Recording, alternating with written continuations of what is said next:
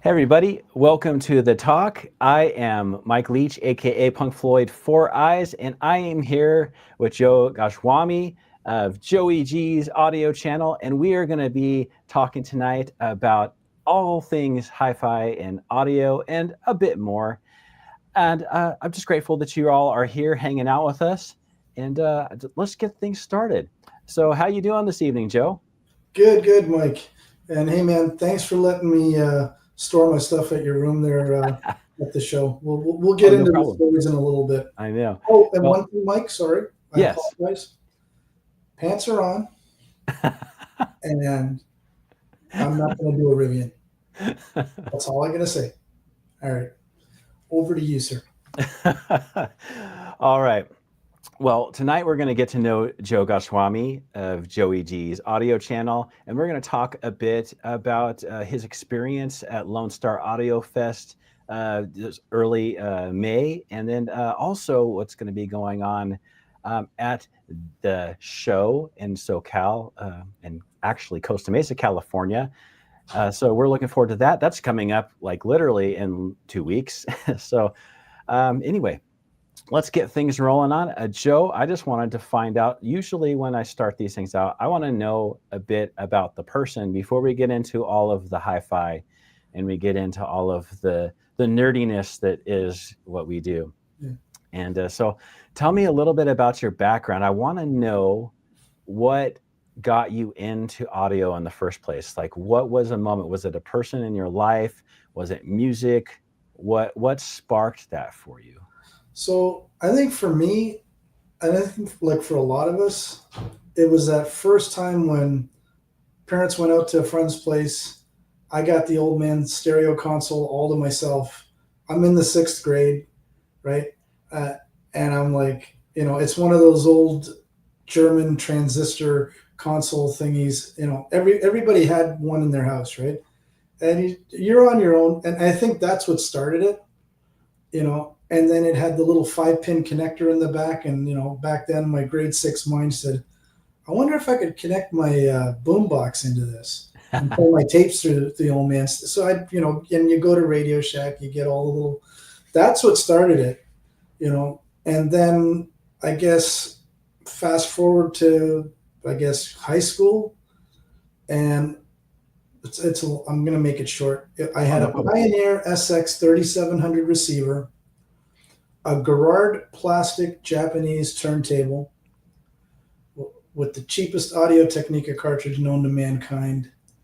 And I had these knockoff Canadian. That's the other thing too. I'm from Canada originally, right? That's why I got the funny accent. They were called Audiosphere Research or something, and they actually had their logo was a microscope, and then the Audiosphere. It was such a knockoff of the JBLs and stuff like that. It wasn't funny. I think they even had a version of the Altec Lansing big box, right?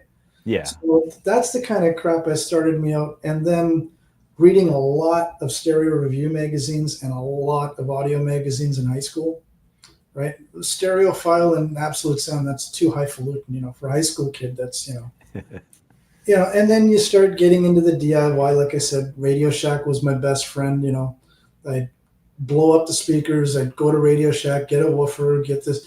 And it sounded great to my, high school ears, right? For whatever. And then just like everybody else, you finish college. Now you get rid of the high school setup. It winds up in the garage.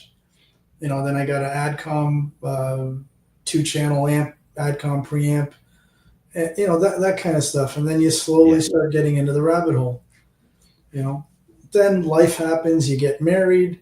I was doing the whole home theater thing back in the 2000s, like everybody else, on a budget, right? Yep. And then I got back into 2-channel stuff maybe about 6 or 7 years ago. And again, everything is income, dude. Yeah. And then you start buying and selling stuff so you could keep feeding the habit, so to speak. Yep. You know, so that's kind of where I am now. So that's basically 40 years of being an audio nerd, in 5 minutes. I appreciate like that part of your journey was breaking stuff and fixing stuff because for me, like I've always been that kind of person that if it's broken, I want to fix it and I want to figure out how it works and make it work again. And so that's kind of what got me back into audio, is because I found broken speakers and Yeah, started breathing life back into yeah, them. And so yeah. yeah, I love sharing that same journey. So what kind of music really turned you on when you were when you were starting out your audio journey? So, Like what all right. things were like really spinning the So, wheels for you? so you got to remember, this is about 1981, right? So on the radio, you had everything from Phil Collins to Rush to REO Speedwagon, and Journey and all that stuff. So that's, and being from Canada. Triumph, Oh yeah, obviously. of course, Triumph, right? Of course, yeah. You know, and well, I kind of graduated into Triumph. You start off with Rush, then you go Yeah. Triumph, Max Webster, and so yeah, that's basically was what started the musical journey, right? And of course, ACDC's Back in Black came out in 1980, so that was another, turning point, I guess. Because 1979, it's AM radio at my little grade 5 desk.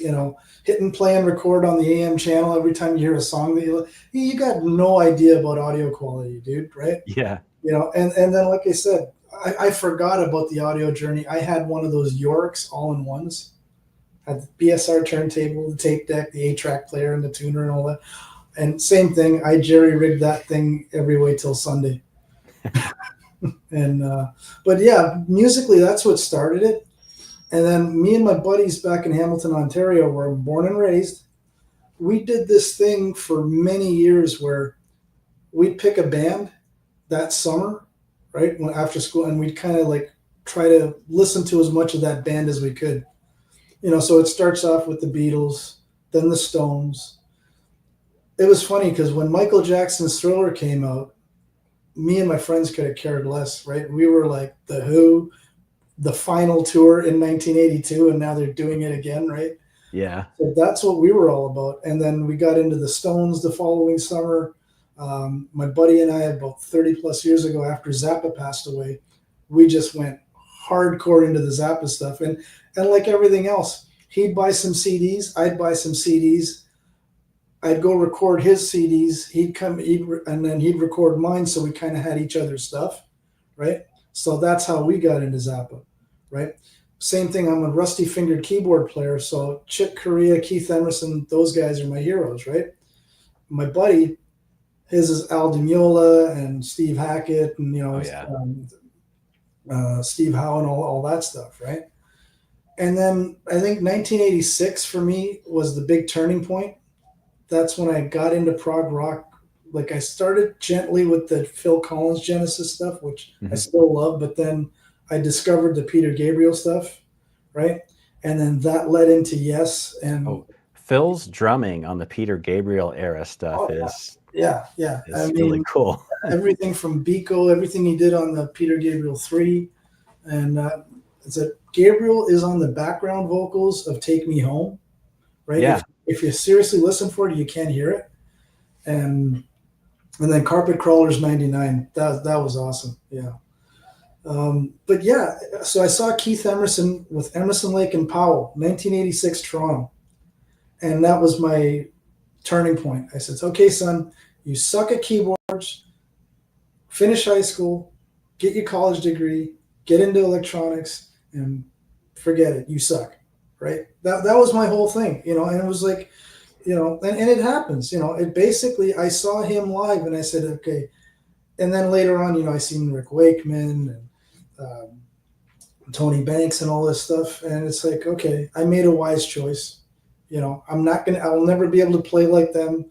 I'll never be at that level. So I'm okay just listening to it. I used to think that way about stuff. Then I got in a band that did covers, and so it forced me to really woodshed and really learn. So I never thought I'd be playing Eddie Van Halen guitar solos or Randy Rhoads guitar solos, and it's like now I'm able to play an amalgamation, a very close proximity of those artists, and people are like, yeah, that was great. So I'm like, okay, so don't ever give up on the keys, No, I man. mean, I can still play, right? And the weird thing is, like, back when I was in high school, if I could pick up any tiny snippet of a Keith Emerson solo, that was a huge deal, right?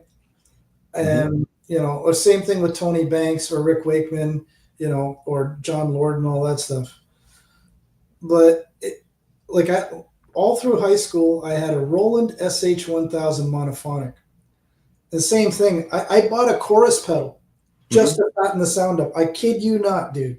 I bought a chorus pedal for this thing, and it had to be a Boss because made by Roland, right? Yeah. You know, and and sometimes I jam with my high school friends and stuff like this. You know what my keyboard amp was? That same Pioneer SX37 receiver. That was Yep. I kid you I not, don't man. doubt it. I'd made this little hokey little full range speaker box from Radio Shack, right? Nothing's tuned properly, but it makes some noise. My friends would tell me to turn it down, not because of my crappy playing, because I was overtaking their guitar amps with Yeah. the Pioneer receiver. I'm like, the thing barely puts out 50 watts, if that, like 30 watts if you're lucky, right? Yeah. So yeah, stuff like I, that. I like what you were saying about, deep diving back into artists again, because that's Yeah, like been a big theme for me yeah, lately. If there's an artist that I haven't given a lot of time of day, yeah, sometimes I'll just like go, hey, I'm gonna take a week and I'm just gonna take in this person's discography yeah, and yeah, really get a feel for the journey from first album to the current album. And it's I find it to be like a really cool, getting a really good perspective on an artist. yeah, And I think that you find those gems also within their discography as well. That I found that I've come to love a lot of artists that I didn't give the time of day through that, doing that. yeah. Well, I was going to ask you, what inspired you to start Joey G's audio channel on YouTube? The Bose 901 speakers, dude. Which one? Bose 901 speakers. The Bose 901s. Yep, yep, yep. They okay. So what happened? And I'll try to make this quick. I am watching the little clock up in the corner there because I talk too much. Remember? Nope. You So don't have to watch the clock. Keep all right, talking. fair enough. Fair enough. So back in 2019, when anybody, well, to this day, I'm living proof of anybody with one of these can start a channel, right? So, I how I got back into two channel and starting my own was maybe 2017, 2018. I'm in a hotel room. I'm on a work trip and I'm bored out of my gourd. So I go on YouTube.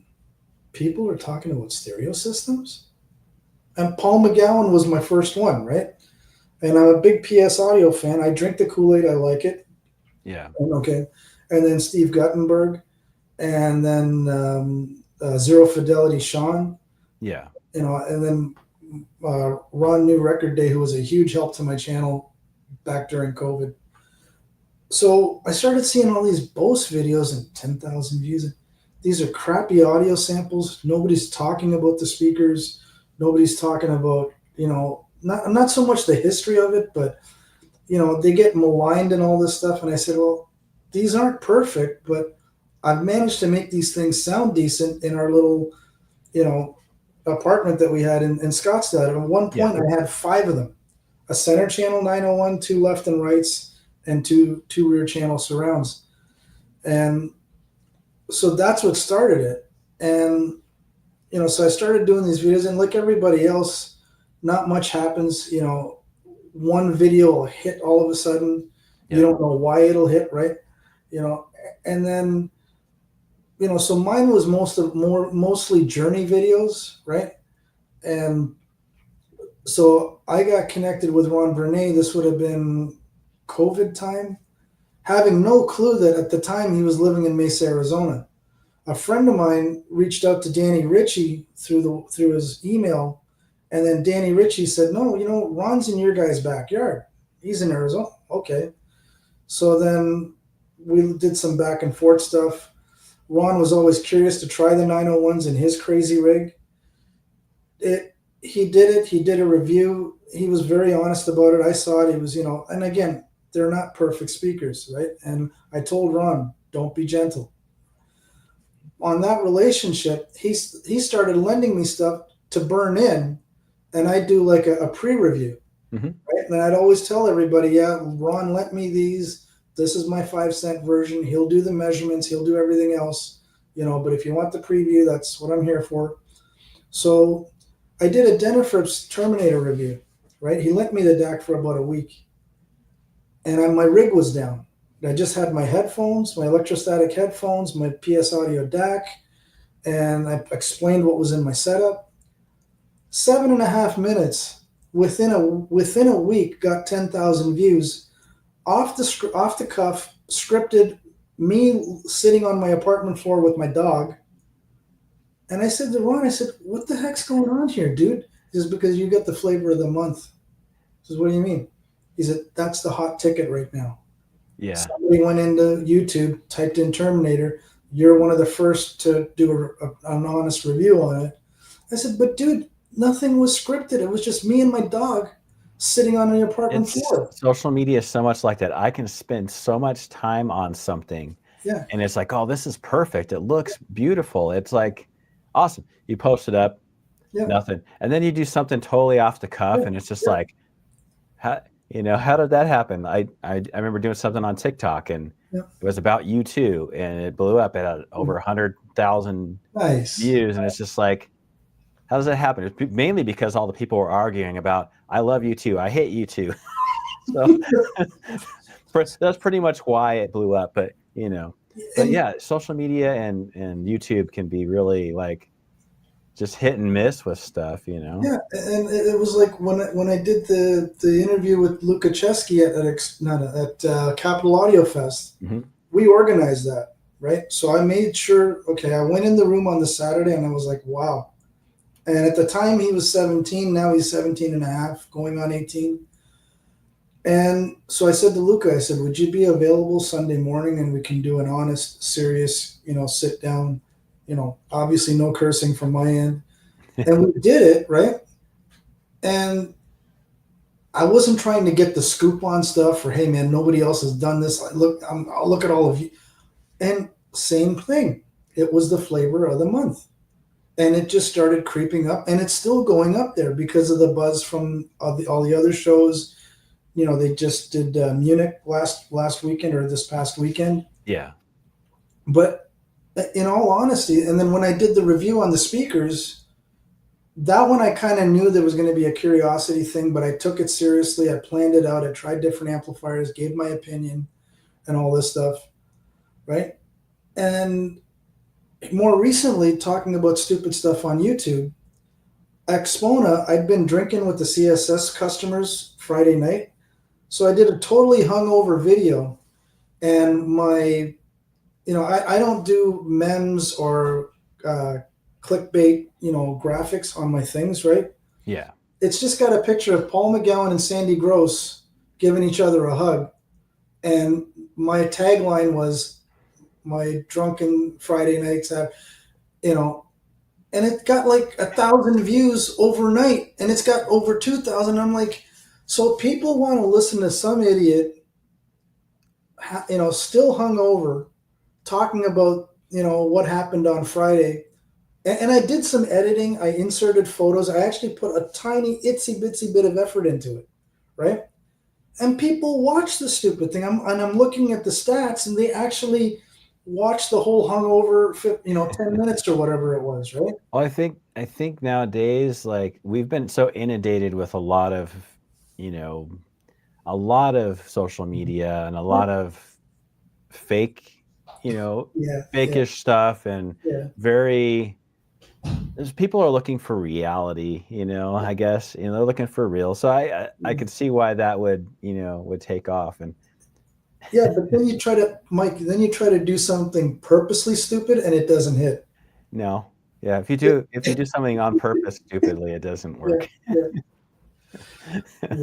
But yeah, it was the Bolt 901 that got the channel started because I was frustrated with all these stupid videos getting thousands and thousands of views, like audio samples. Why? I You know. know, It's like, well, that's the big thing too. Is like, yeah, okay, I'm going to go to YouTube to get an audio sample. yeah, I'm an audiophile. yeah, and I'm I'm gonna going to go to listen to it on YouTube to listen to an audio sample. yeah, yeah, And yeah. I'm just like, even if someone takes like microphones and positions Yeah, them in it's front of not the the speakers and same. all that, Yeah, it's no good. no, What I need is real genuine yeah, information, not yeah, just information because somebody gave you something and wants you to plug it, but like information that you're honest, like, yeah, hey, yeah, this is my honest input about these speakers or this amplifier, what I got out of it. Those are the reviews that I hold to, and that have helped me purchase things that I've been really happy with, yeah. actually. Because they took the time to be honest and not just be a guy that's like, oh, this is 100% great, and No, so you check out mentioned that. these So stats. yeah, so my grading system, and I know I'm going to keep this clean, right? It either sounds like poop, it's not bad. It sounds pretty good. It's got potential. It's really freaking good, or it's freaking amazing, right? Or it blew my freaking mind. That's my grading scale. I can't Yeah. get into the audiophile adjectives and the Harry Pearson TAS vocabulary because I don't understand it to this day. It's at a very transparent soundstage, wide, with a bit of depth, and I I can't. I have trouble. I understand it, but sometimes I have trouble too because it's very Yeah, of obviously sound is subjective. Our ears are course it is. Of subjective. course it is. That's why I All don't. of us have different Yeah, different tastes. So yeah. This is exactly why measurements are for the engineers that designed the stuff. If they flavored it, fine. If I like the flavor, even better. If I don't, well, okay. But I don't understand why do we have to rehash this stuff? And then, I still don't understand subjective versus objective. I'm like, dude, it's, you know, and I don't want to waste too much time on it because we already know the other story there, which has now been completely squashed, which is great. I'm like, if something excites me, it doesn't matter if it's a pair of Bose 901s or Lucas speakers or a my planar magnetic MMGs that a friend gave me for free. I get excited about it. Like you said, I do the deep dive, but I want to do it in front of the viewers. Mistakes, every warts, no. everything for me has to have this factor. If Yeah, it yeah, makes me if it makes me yeah, smile, yeah, there's something there, yeah, and yeah, that's if I sit down and listen to any piece of equipment, yeah, speakers or otherwise, and it puts a grin on my face and I'm enjoying it and I'm bobbing my head, yeah, that's yeah. a happy place. I'm good with that, It's like my whole, getting back into making the mistake of getting back into vinyl. People have seen the journey on my YouTube because that's the thing about my channel. It's not about pushing product and I tell everybody I'm a shill for Orchard Audio, I'm a shill for Black Ice, I'm a shill for Argent Pure, I'm a shill for Chesky, and I'm totally honest about it. Yeah. And if somebody gives me something, like for example, like I said, and I always say it on when I do it, Leo gave me his AKM DAC last year for helping him in Florida, right? I put it all together, I made it all crazy, silver wires, big transform, and I made it clear when I did the review, and I said, look, this is my PCM reference.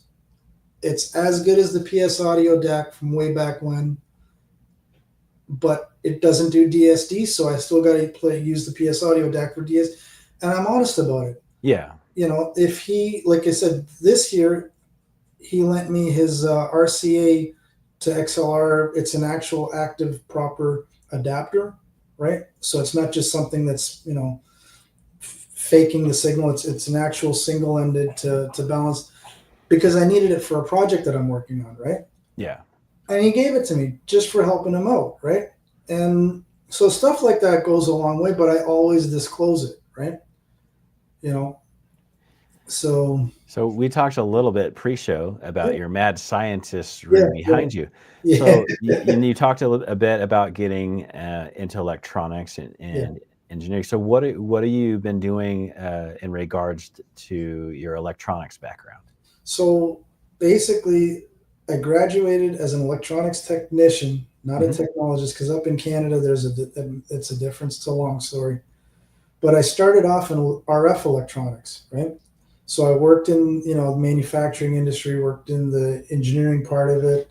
So I did a lot of hand soldering stuff, prototyping circuits. Engineers would give me a schematic, put it together. PCB layout, I did an itty little bit of it, not too much. We had guys that were hired specifically for that stuff, but I did a ton of prototyping, surface mount stuff.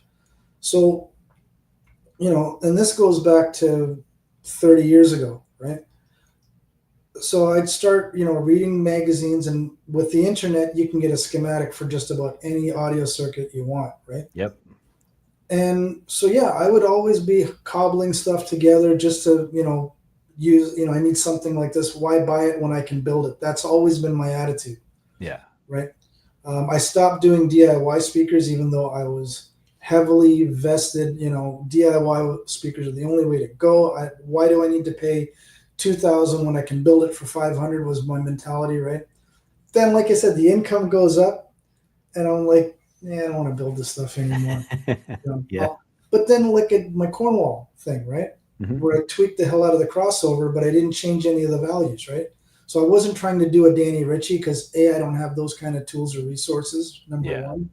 And B, I didn't want to mess with it because it was a good speaker and I just wanted to take it a little further, right? And again, I documented all that stuff, what I did, how I did it. Any of these little DIY projects I've been working on, I show people on my YouTube channel. So a lot of solder, a lot of blowing stuff up. As there's a lot of stuff in this room that I've blown up. I've let out the magic smoke many times, right? It's fun so long as the bill isn't too high, right? Yeah, that's You true. know, and like I said, even though I've got a relationship with Orchard Audio, I don't get amp modules for free. If I blow it up, I got to pay for it. Yep. And but yeah, so I'm always, and the funny thing too is I'm what I call a Pepsi generation technician because I grew up in the 90s when through-hole components in RF electronics anyways were slowly going the way of the dodo bird, and they were getting into surface mount. Yeah. So I was learning a lot of surface mount soldering. And now when I prototype, I have one of those USB microphones from Amazon Hmm. because I can't, dude, I'm going to be 56 this year. The eyes aren't what they used to be. So I use the microscope, and I'm still doing surface mount prototyping, breadboarding. So if I see an audio circuit online, like my latest one, the DS Audio optical cartridge. Yeah. So the gentleman who came out, well, he basically took a Toshiba design from the 70s, brought it up to date. And the stuff's not cheap, man, right? I mean, just to get into the door with that stuff, you need $2 to $3 grand, right? Well, he published purposely the schematic for it on his website, on his actual. So a lot of people have adopted that circuit. Meitner Labs, I think Esoteric. So it's slowly starting to get into, now you've got moving coil, moving magnet, and now optical, quote unquote. Yeah. I saw the schematic and I said, this is easy, right?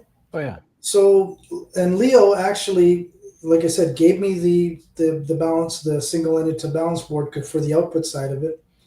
But then when I told him about the project, he says, dude, I got some op amps I'll give you in a tube. And he just brought them to the show. And so stuff like that. So I cobbled the thing together. I got it working. And I made a deal with the music room, who I got to give a shout out to very quickly. Those guys, I've been dealing with them for 5 years. Not once. They've helped me out more than I've helped them out, put it that way. They've been, even on my screw ups, they still, work with me, right? So I made a deal with them. I traded some stuff in. And so they gave me a deal on the cartridge, which I'm probably going to pull the trigger on next month now that I got the circuit working. So I haven't really said much about it on the channel because I didn't want to embarrass myself. In case the thing doesn't work right, I'll have this beautiful cartridge on my turntable that lights are on and nobody's home, right? So, you know, Well, I mean, it's a part of the real journey, though. You know, if it doesn't work, then you go back to the drawing board and you do it again. You it's know. true. It's true. You know, and it Well, was, go ahead. oh, I was just gonna say, Lone Star Yeah. was that your first time Yeah. actually showing at a Yes. show? Doing, doing a room on my own, I do not recommend it to anyone. But I knew what was involved. I was ready for it, including those ugly foam panels that I told you guys about. I mean, you know, you guys did an excellent job putting it together, right? There's no, you know, but it's not just the Texas rooms, audio rooms and hotel rooms in general, right? You Any don't, room you go into is gonna have its yeah, of anomalies course, and right? issues to work with. So. You know, and when I realized, and why I use the long wall, I got to give Greg over at Volti full credit, because you go into their room, his room, and he's got those big, huge horns set up and everything else. And it sounds amazing no matter what seat you're in, whether you're in the sweet spot or whether you're in one of the other seats, right? And when I realized a lot of the guys use the short end amazingly. These guys have been doing shows year after year after year after year. They came in guns a blazing, literally.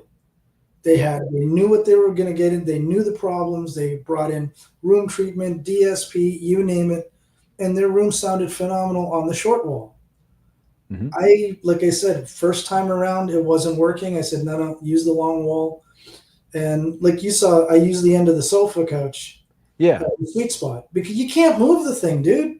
It was heavy. Well, it's just they were like hide a Yeah, beds, so that's why yeah, yeah. they're so freaking heavy. Yeah, so I wasn't gonna, take my back out for the weekend. So I said, you know what? Why don't I just make that the focal point of the system, put everything on the long wall, and nobody said anything bad about it, and I told people, what do you really think? Like, and yeah, so dude, and you and Brian helping me unpack the first day, that was huge. Because remember, I packed everything up on my own Sunday night, Yeah. right? And what happened was, it was, well, you were across the hall from me. You must have heard a lot of banging and noises going on. That was me loading, because I couldn't go to sleep, dude. I couldn't go to sleep. So I'm like, what do I do? What do I do? What do I do? I might as well pack it. I had the boxes all packed Sunday afternoon, right before we all went out for dinner, right? Yeah. But I was like, no shape to, but then all of a sudden, 12 o'clock midnight, okay, let's load it up. But yeah, doing a show on your own. But again, it was the whole thing. Like, my joke was, it was my ego gratification room. Another YouTuber, like I said in the when I and thanks guys for letting me do the seminar. That seemed to go really well. Yeah, there was a good turnout for that. I saw that you recorded it and posted it up as well. Yeah, yeah, with some editing, Yeah. and Well, but yeah, it was, like I said, my first time doing it, and it was cool when people walked in. They liked what they heard, and after everything you went through, and it's like everybody that runs a show. Friday, you're just grateful to have sound in the room. Saturday is when you want to tweak the heck out of it, right? Sunday is when you want to start packing everything up and just have the bare bones out there for whoever walks in. And that's when I decided, I brought a spare amplifier with me, right? Just in case. mhm. I says, well, let me pack all this other stuff up. I'll fire up the spare amp. Same thing, it's Orchard Audio with all the solid silver wires, right? But I took the cover off. And when Richard came in to do the little video, Oh yeah, yeah. yeah, so he did a whole, deep dive and asking questions and all this stuff. And so, yeah, and people were like, I said, yeah, that's what's inside, the amps that we built, right? Well, And I said, made sure nobody put their finger in there. yeah. Although I did the finger test prior to the show just in case, and it was all good. But yeah, I figured it's a DIY show, so I might as well take the lid off. Yeah. It was a People project. want to. People love to see the gut shots. So. Yeah. Tell And me a little bit about what you were showing at Lone Star Audio okay, Fest. so it was Leo from Orchard Audio, it was Ernie from Argent Pure, and Walter Swanbon up in New Hampshire. Luca couldn't be at the show because he had finals and all that stuff. Yeah. And of course, weekend after they had to go fly out to Munich. That's fine. So again, like I was telling people, they trusted me to not screw this up, right? So those three, a third, and a third. But then I told all three parties, I'm going to use Lucas speakers as the draw to get people into the room. I was totally frank with them, right? Yeah. Walter was like, well, he's a brick and mortar seller and you're putting me in a room with 2 direct to market. Like, how's this going to play? And I said, Walter, I'll have the literature out there. I'll make sure that, people go to your website, check stuff out, and they did, right? He lent me the Falcon speakers, which in that room, I just could not get them to work properly, and he did give me a tube amp, but the tube amp showed up, the meter fell inside the amp. Oh. So things like that. But I had the Lab 12 preamplifier, which was the icing on the cake. After everything went smooth on Friday with just Leo's DAC streamer connected to Leo's amp through the T.H.E.s, Saturday was when I put the Lab 12 preamp, and then Bob lent me his little magic box. I put that in series with Leo, and I used my homebrew Leo's DAC, and it just took everything up a level, right? And nothing was broken. I didn't try to fix it, right? Yeah. And yeah, I told people I've got Orchard audio amplification. The Argent Pure amplifiers were basically Leo's modules with solid silver wire provided by Argent Pure. All of the left and right interconnects were all Argent Pure again, solid silver XLR cables, solid silver RCA cables when needed. I was using Argent Pure solid silver speaker cables going to the T.H.E speakers. I brought with me all my straight wire 10 footers that Jerry Wiltsey over at Straight Wire not gave me, but he gave me a really sweet discount many years ago because he's also a friend of our Arizona club. So I used straight wire cable for the subs, right? I had the SVS subs. And what happened there was originally I talked to Larry, I talked to Nick, I sent the emails, and I just couldn't make the truck in time because they were ready and willing to lend me subs with the Bluetooth app and everything else, right? Yeah. Put it on their truck, everything said and done, make sure everything's packed up Sunday afternoon, first thing, return the subs to them, right? And then that didn't happen, so I brought my little SB2000s, loaded them in the SUV, had enough room, and those subs really, really helped fix that room. I had them tuned nice and low so the focus was on the T.H.E speakers. Yeah. And everybody, and the funny thing was, all everyone saw was that one speaker standing loud and proud when they walked into the room, not realizing that there was another sub behind the audio rack. Yeah. And then 2 in the back, right? The fronts were in phase, the backs were out of phase on purpose. And I had them right across from each other, right? So, and the other thing that people didn't see was the science project part. All the AC cords were all solid silver provided by Argent Pure. And what I did, all that cabling was in the bedroom. So you see the crack open in the door, right? So you see all these power cables, power bars, it's all in the bedroom. You don't see none of that. So when people were up taking pictures, right, it was fine, no problem. So I tried to keep it clean. And the other thing was, when I realized I have to use the long wall, I said, okay, let's be smart about this. Can't put the rack in the middle. People are going to hit it and all that, and it's going to look stupid. So I put the rack on the corner of the room, and it was great because when I'm futzing around changing music, I'm not in between the speakers. I'm not blocking one of the speakers, because that's the one thing I hate when I go into some of these rooms. These guys will start goofing around with their laptop and this and that while music's playing, and they're blocking the speakers, not realizing it. Yeah. Right? So, yeah. And the other cool thing that I showed Dan was how to break into the access point, because they had a security lock on it, dude. But, I work in IT, so I know how to, One of in the chat, our seeing it. VP of Sales, Daryl Sands, was saying the T.H.E speakers blew my mind. Small but mighty, and I do have to agree. I was pretty impressed with those little speakers. I wanted to ask you about how you got connected with Luca T.H.E, and I wanted you to talk a bit about those T.H.E speakers. They're the LC ones, Yeah, yeah. right? So everything started at Capital Audio Fest.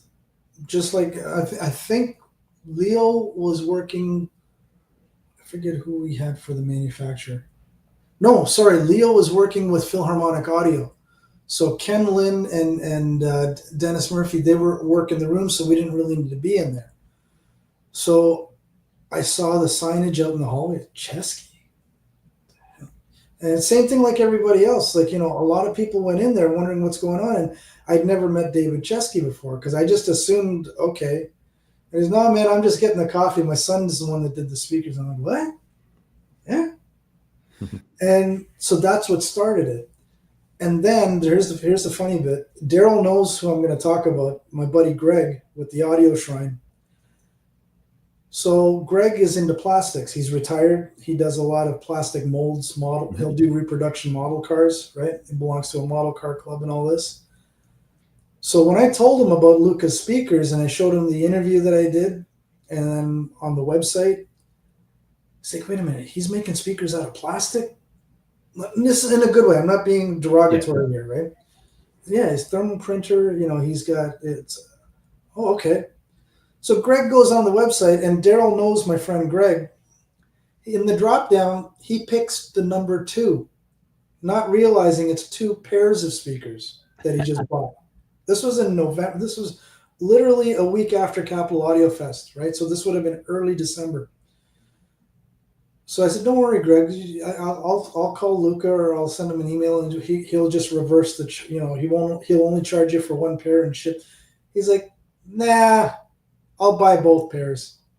You take 1 pair, we'll use it for the club, and I'll keep the other pair." Are you sure? He says, "Yeah, do your little reviews and stuff with it, and then I'll tell you when I need it back."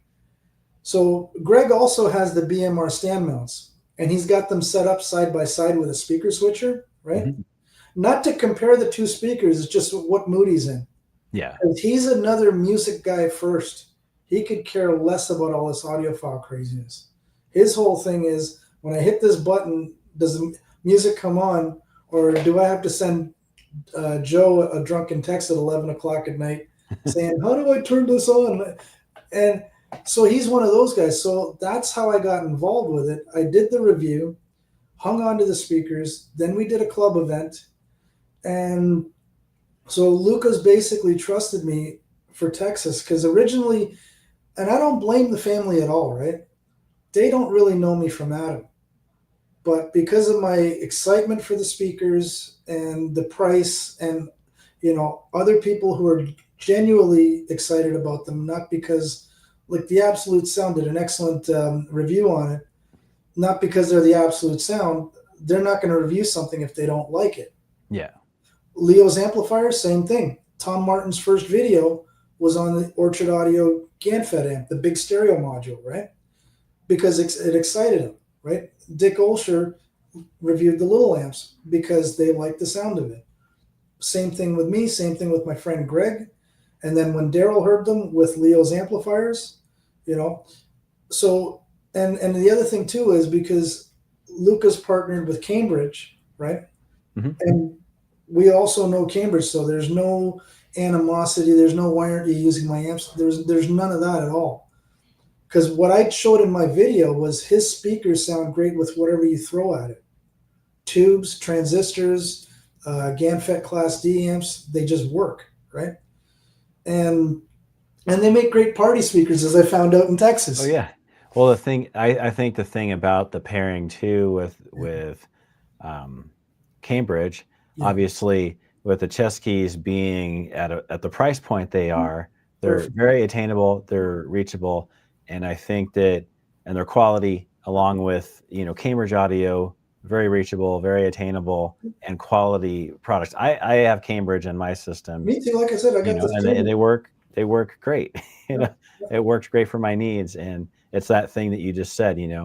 I'm a music person. I'm about the music first, and then what comes out of the speakers, I want it to sound really good. Yeah. But if I can get it to sound good on a cheaper, on a dime, I'll do it. But Yeah. I've been forking out the money a little more here and Yeah, there. you and me both, dude. You and me both. So go ahead. Oh, no problem. So tell me a bit about, so Luka Chesky, Yeah. 17 and a half I years know. old, right? And he designed these speakers. Yeah. That's phenomenal. Yeah, and the thing is, Luca did it the right way. And again, I know people are going to say, "Oh, it's got the Chesky last name, so it's only going to sound good with Chesky music." I was out to prove that wrong. Meaning, the Chesky music was played, and it was by request. Yeah. Most of the time, it was request. Like, oh, I want to hear this Chesky track. So if I didn't have the local files that Luca gave me, then I'd go to Amazon Music, pull it up there, right? So, but then any kind of request music, I'd play it, and people were like, "Wow, this is really cool." And again, I had the subs tuned down low, but he partnered with Sandy Gross and Edgar Shawari of Bach fame, and the what were the name of the oh man, I'm having a brain fart. The soundbar in the Cambridge Audio Room at Texas.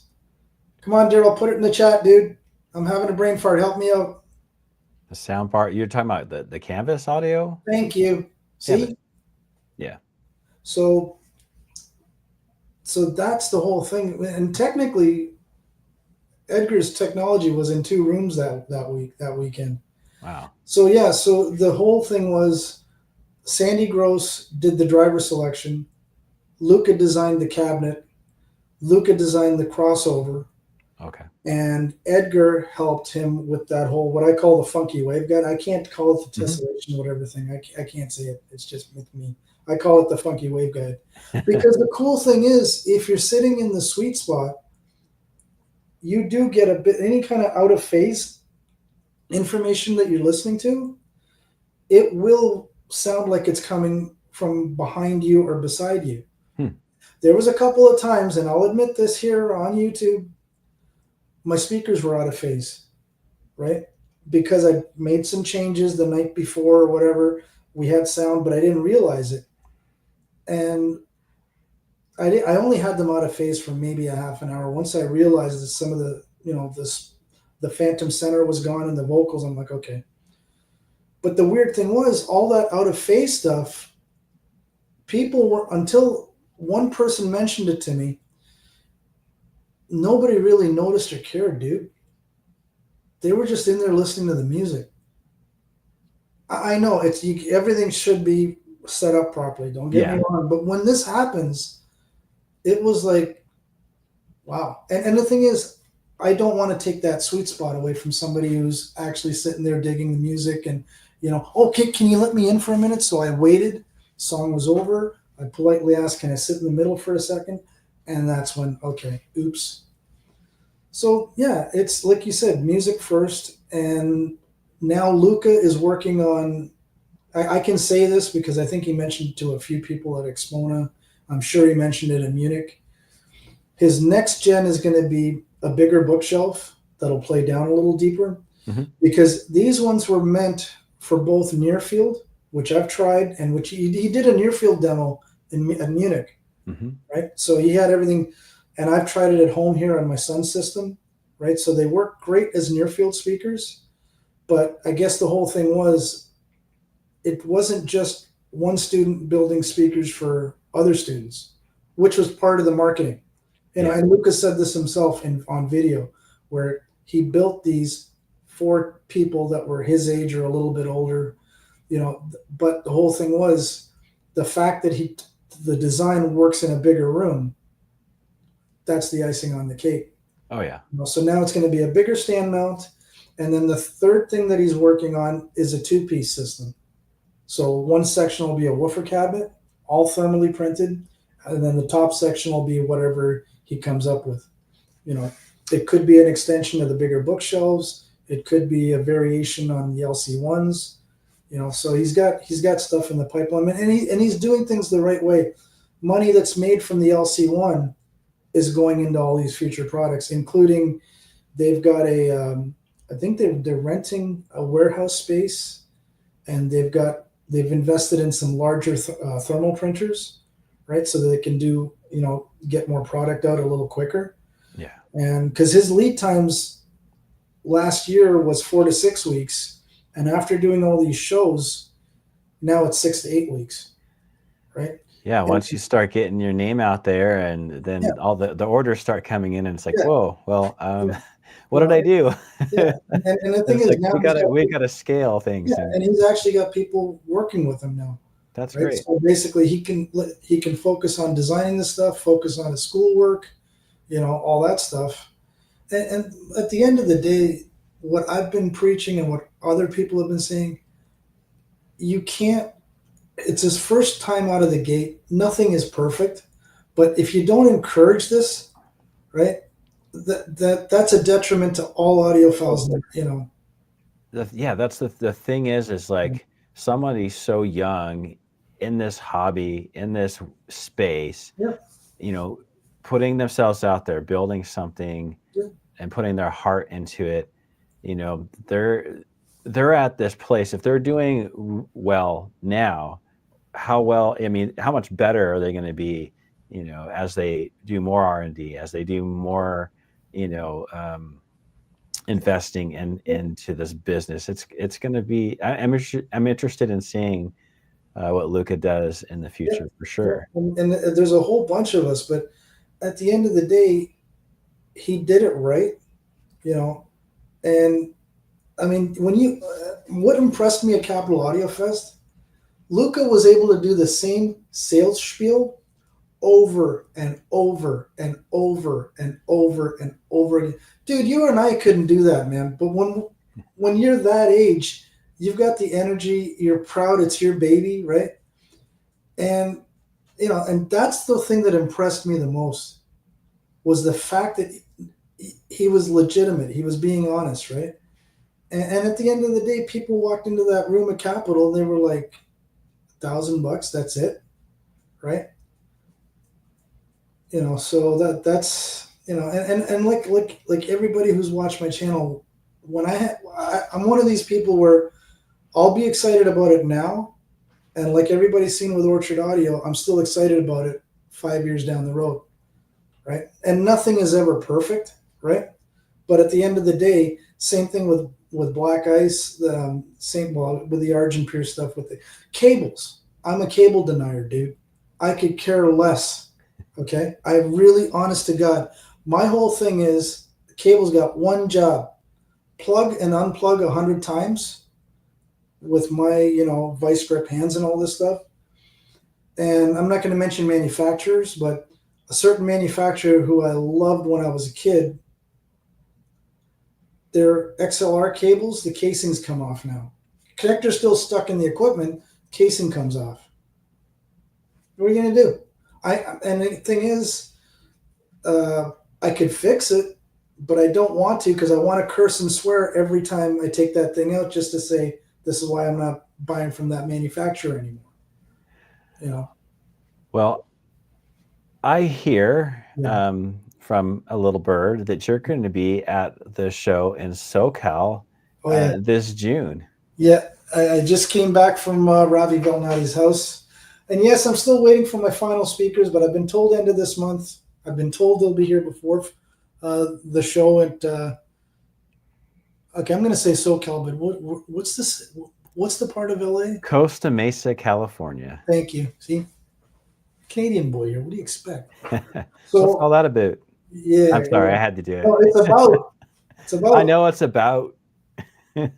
Everyone here in the States try to say a boot, but it's about. Yeah, it's about. Well, you know what though? It's you got to have that little slur on the end. Yeah. So Ravi is doing a room. He's not doing the science project because I told him SVS will blow you away. Don't waste your time. Focus on your 2 channel. So he's going to have 2 systems in the room that Daryl got him. And what we're going to do is he's going to have his Mad Scientist 2 channel set up with the flagships, I think, or might be one below the flagships. That's still TBD. And he's going to have whatever, 60-pound, paper boat Robbie anchor. is with Final Audio. Final Audio. Final Audio. The electrostatic guys out of the Netherlands. Oh yes, I was okay. Last year I wanted to get into Final Audio's room, and it was so packed. I could not get in there. I got pictures in there only because I helped him move some stuff in and out, and I was able to get some pictures in there. But I didn't get in there to listen to those. I really wanted to hear those. Daryl got in there, but I didn't get in there. Well, I'm going to be there this year now too. So that's awesome. I'm looking forward to that. So the whole thing is, it's Robbie's show, right? He paid for the room. But yeah, Robbie's a really nice guy. So yeah, I've got to meet him last year. And so I said to him, I said, well, let's be smart about this. He knows you can't just show off the flagships, right? You got to have the more budget stuff so that people want to get into this. They don't want to have to spend $20,000 just on the speakers, right? Yeah. So I said, let's be smart about this. We'll set up the flagships with whatever 60-pound boat anchor he wants to hook up to it. But then let's have a second system completely independent that we can basically flip over on a dime with his hybrids, the Orchard Audio amps with the silver wire, Cambridge Audio streamer. I'll have some DSD files, PCM stuff. So that way, and definitely, the requests are always first. Right? Yeah. And I don't know about Robbie's side because I'm not going to speak for him. But the other thing that's worked really well in Florida, that worked very well in Texas, is the ladies first policy that we implement. So I have this thing where when ladies come into the room, whether it's with their husbands, boyfriends, or whatever, or their brothers and all this, man, what would you like to hear? And they get first choice, right? Yeah. So no, and I will stop music as a lady walks into the room because it's some old guy that's sitting there like this. Can you play Keith Don't Go? No, dude, I don't do demo music, bro. I'm joking. I will not, unless it's requested. No, it's going to be there. It happens, and it's good. I reference it sometimes as well. What I love about Texas, what I loved about the Texas show, and I love jazz, right? I think I played some jazz on Friday just by request. Mm-hmm. The rest of the weekend, no jazz, no demo tracks, nothing. It was all requests, and if they didn't have a request, then they were at the mercy of what I wanted to hear. Yeah. The one track was the Jim Keltner drum track from Sheffield Labs from 45 years ago. It's an all live direct to disc recording. I did an LP rip of it. Everybody was blown away. A lot of people never even heard of it, right? And I told Luca, I sent him the file and all this stuff. I says, dude, I tried blowing up your speakers all weekend and I couldn't do it, man.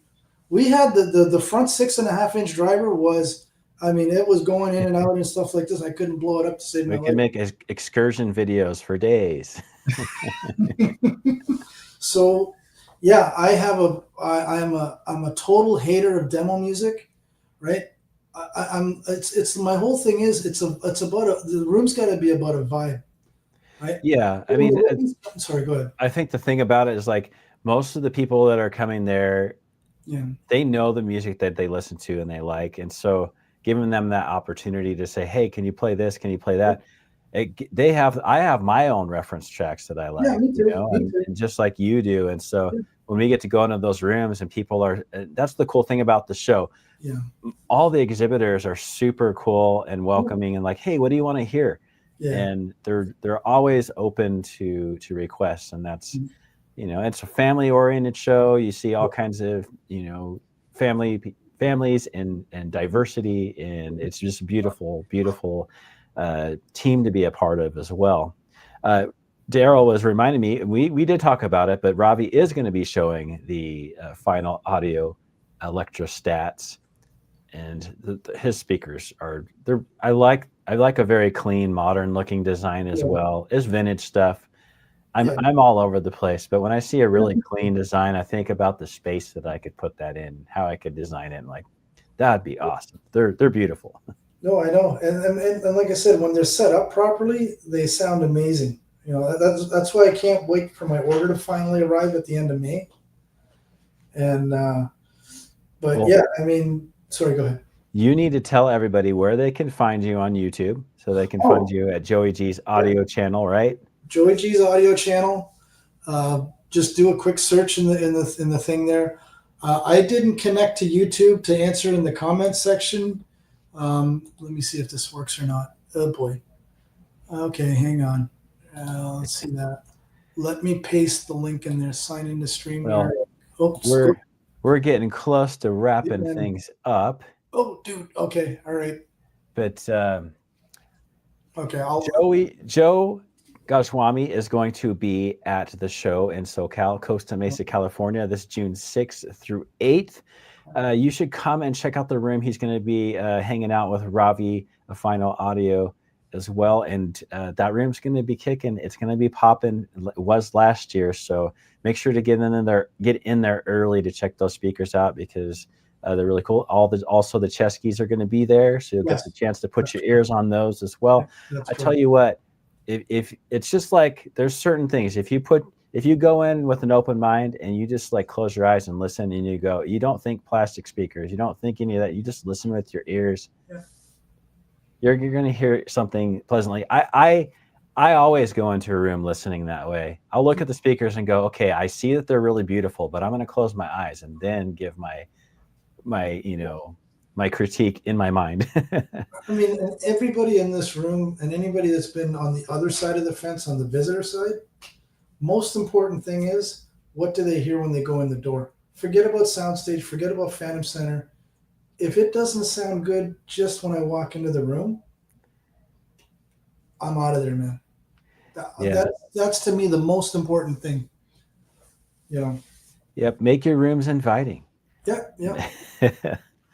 Well, Joe, I really appreciate you being here on the talk as a part of the Total HiFi experience.